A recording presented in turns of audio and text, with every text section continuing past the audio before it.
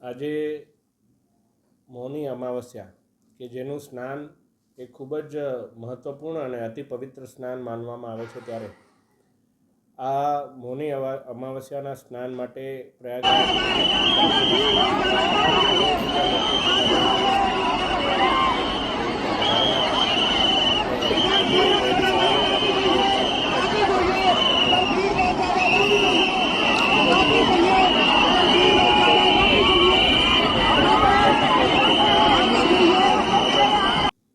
આ ભગદડ એ એક બેરિકેડ તૂટવાથી જે ભાગદોડ મચી એને કારણે આ ઘટના બની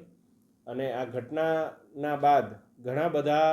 પ્રયાગરાજના જે એડમિનિસ્ટ્રેશન છે એના દ્વારા પણ પગલાં લેવામાં આવ્યા છે. સ્થાનિક ત્યાં સુરક્ષા બળ પણ તૈનાત કરવામાં આવ્યું છે. અમુક રસ્તાઓ ખુલ્લા પણ કરવામાં આવ્યા છે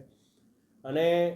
માનનીય વડાપ્રધાનશ્રી, માનનીય કેન્દ્રીય ગૃહમંત્રીશ્રી એમનું પણ ત્યાં સતત નજર છે અને ઉત્તર પ્રદેશના મુખ્યમંત્રીશ્રીએ પણ પોતે પોતાનું નિવેદન આપ્યું છે કે સૌએ સંયમ બનાવીને રાખવાનો છે. અને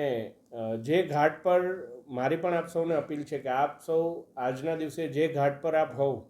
એ ઘાટ પર જ સ્નાન કરી અને આપની આરાધના કરો, એ બાબતે એક અપીલ કરવા માગું છું. સદનસીબે અત્યાર સુધી જે 14 લોકોના સમાચાર આપણી પાસે મળ્યા છે અથવા જે ઘાયલ વ્યક્તિઓના સમાચાર આપણી પાસે મળ્યા છે, એમાં વડોદરાનું કોઈ પણ નાગરિકના સમાચાર આપણને પ્રાપ્ત થયા નથી. વડોદરાથી અમારા ભારતીય જનતા પાર્ટીના પણ ઘણા પ્રતિનિધિઓ ત્યાં હાજર છે, એમને પણ અમે સંપર્ક કરેલ, તેઓ પણ ક્ષેમ કુશળ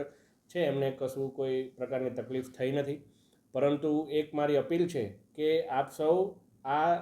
દિવસે જે ઘાટ પર આપને અનુકૂળતા રહેતી હોય નજીકના ઘાટ પર જ સ્નાન કરી અને જે ઉત્તર પ્રદેશ પ્રશાસનની સૂચના છે કે સંગમ નોચ પર હમણાં જવાનું ટાળો, તો આ સૂચનાનું આપણે સૌ પાલન કરી અને એમને સહયોગ આપીએ એવી હું વિનંતી કરું છું.